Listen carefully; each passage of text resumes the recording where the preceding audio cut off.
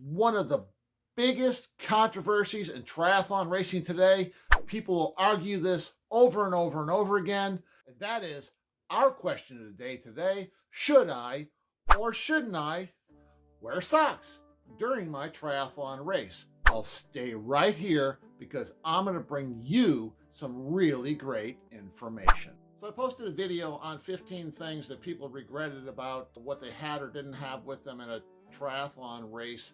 And I'm going to put a link for that video at the end so you can go take a look at those 15 things. But socks came in number 2. And what it was is people regretted not wearing socks.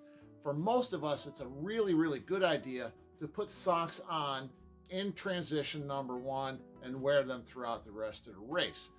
Case in point, I was watching a video by Sam Long, and he was talking about a race that he won, that when he came into transition number 2, he was 15 seconds down and looked over and saw that his competitor was taking the time and struggling to put on a pair of socks. At that point, he decided not to wear socks, put on his running shoes, took off running, literally right on the heels of his competitor, passed him early in the race, pushed through to take the win. Sounds like a really great idea, but he won by way more than the 15 seconds that the difference was when he came into T2. And when he crossed the finish line, he said, and I quote, "My feet were bleeding." Guys, we are not pro triathletes.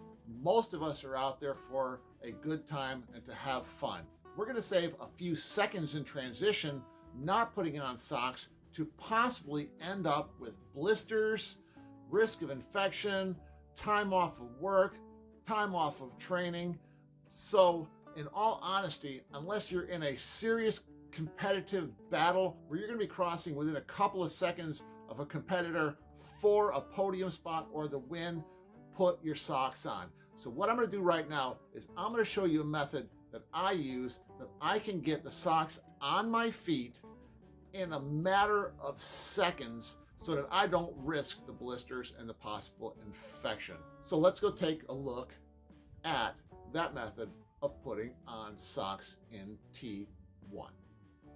So how do we do this and get these socks on in enough time that we're not going to be losing a ton of time in transition? I've seen people take socks and take forever to put them on.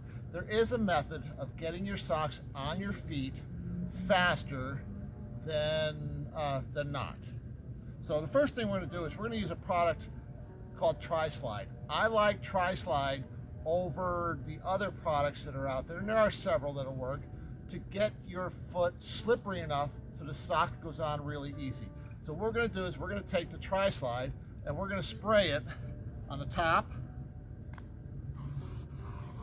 sides, and heel before we go off to the swim. We'll do that on both feet to be ready to get our socks on quickly. That's Tri-Slide. That's one of 2 things that are key in getting the socks on fast. The second is how you set up your socks. We're not going to put our socks on like this. This would take forever to get the socks on. We're going to take and do what's called blousing the sock. We're going to bring the sock down to the point where we made it into a little ball with an opening right here, big enough to put our toes in and get the sock on fast. Now take a look at how quickly you can get this on. You come in, you sit down for transition, put your foot down, slide the sock on, and boom, 2 seconds, sock is on. No need to worry about taking a lot of time to get your socks on. You also have the slipperiness of the Tri-Slide inside the sock, again, as another layer against the dreaded blister. What you think? Can you get your socks on fast in T1? The key to that is to practice transition. Use Tri-Slide, a quality pair of socks. There's a link in the description below to find you some good socks. Make sure they're bloused so that your toe hits the end of the sock right when you pick it up and you pull the sock up your foot. Remember, our sponsor for this video is JSCoachingSystems.com. 10 for $10 sprint triathlon training plan. That's right, 10 weeks. Yes, $1 a week, $10 sprint triathlon training plan for beginner, advanced, or an intermediate racer. Right below, you'll see the email. It's also in the description and in the comments below. If you got value from this video, make sure you punch me right in the face to subscribe. Give me a thumbs up. Tell me in the comments, do you or don't you use socks in your triathlon racing? As promised, this video right here is the top 15 things that people regretted not having with them in a triathlon race. This is Coach John. I'm out.